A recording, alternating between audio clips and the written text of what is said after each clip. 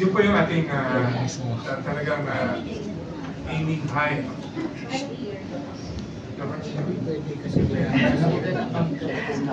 Actually, to be realistic about it, siguro top 20% will be achievable. 20 maybe before the end of this administration term, 2020. Yes, thank you, DG Ness. And linawin ko lang po, hindi, yung difference po kasi nitong Be Ready dun sa Doing Business report, which I think mas familiar po kayo dun sa Doing Business, no? Dun po kasi ranking talaga yung nangyayari. So every year, we always check if we improve in the rankings. Yung dito po sa Be Ready report, we are competing against ourselves. So we need scores na po kasi yung tinitignan dito based on 3 pillars. So merong pillar on regulatory framework. So tinitignan po doon kung meron tayong mga regulasyon in place doon sa 10 topic area nila. Yung second is yung public services, whether or not we have the institutions that will be able to implement those regulations. And yung pangatlo po, yung na-mention ni Secretary kanina, implementation.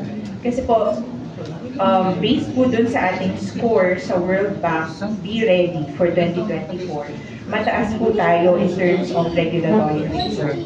71 out of 100 yung score natin doon, which is actually higher than most of our ASEAN counterparts. But we did not score well in terms of implementation. So meaning, marami pa po tayong improvement na pwedeng gawin. Marami pong pwedeng gawin si ARTA in order to facilitate discussions with agencies on how to improve our performance.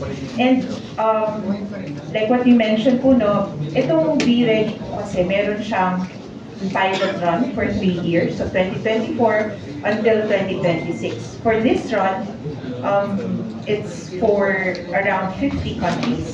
So tumataas po yung number of countries who will be participating. So ano po yung ibig sabihin po nito? Ngayon pa lang, kailangan po ni ARTA na i-convene lahat ng mga ahensya para tignan po saan po tayo nag-score ng 0 or nag-score ng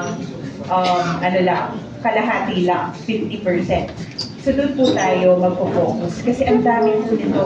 Ang dami ng indicators, 700 pages po.